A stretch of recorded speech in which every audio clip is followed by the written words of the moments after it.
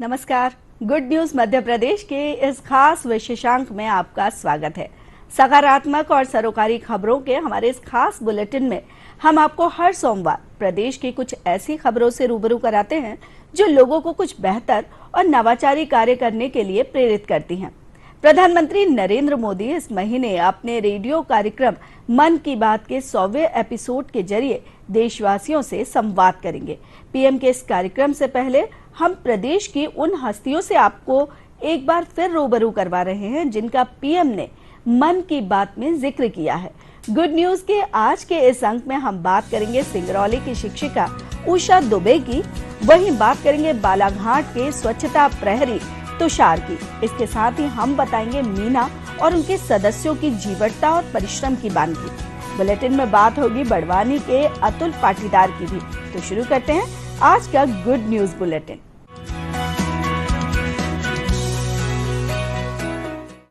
सिंगरौली में शिक्षा के क्षेत्र में नवाचार कर रही शिक्षिका उषा दुबे के कार्यों की प्रधानमंत्री नरेंद्र मोदी ने अपने मन की बात कार्यक्रम में प्रशंसा की है। अंचल में पुस्तकालय वाली दीदी के नाम से पहचान रखने वाली उषा दीदी अपने अनोखे प्रयासों के कारण पूरे इलाके में मशहूर हैं। देखिए ये रिपोर्ट।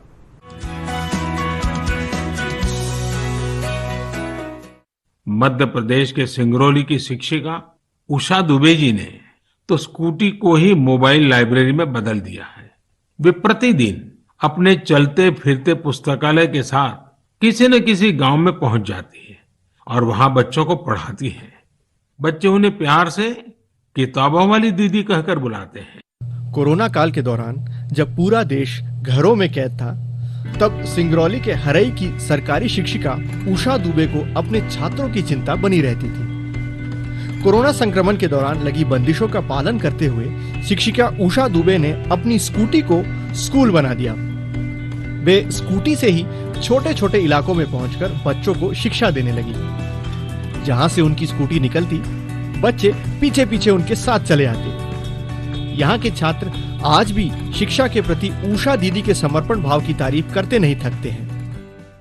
मेरे विद्यालय में एक सोप बैंक है जिसमें हम सभी बच्चे अपने बर्थडे पर सोप डोनेट करते हैं। इससे हम बीमारियों से बचे रहते हैं। सोप से हाथ धोते हैं।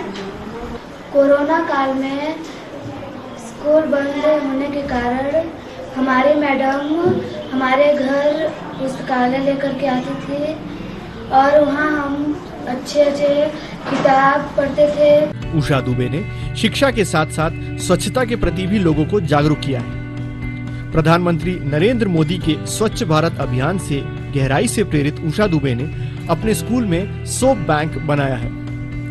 स्कूल के बच्चे अपने जन्मदिन पर इस बैंक के लिए साबुन गिफ्ट करते हैं। इस साबुन का स्कूल में ही इस्तेमाल किया जाता है। मध्यम वर्गीय परिवार में जन्मी उषा दुबे शिक्षा को सर्वोच्च प्राथमिकता देती हैं।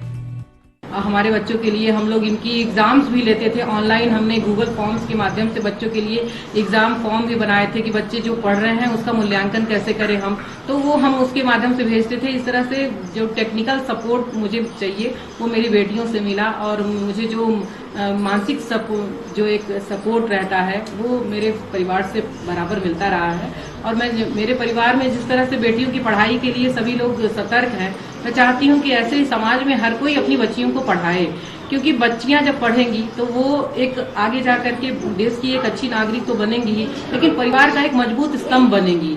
पिछले 5-6 वर्षों से हमारे देश में एक अलग सा ही माहौल है।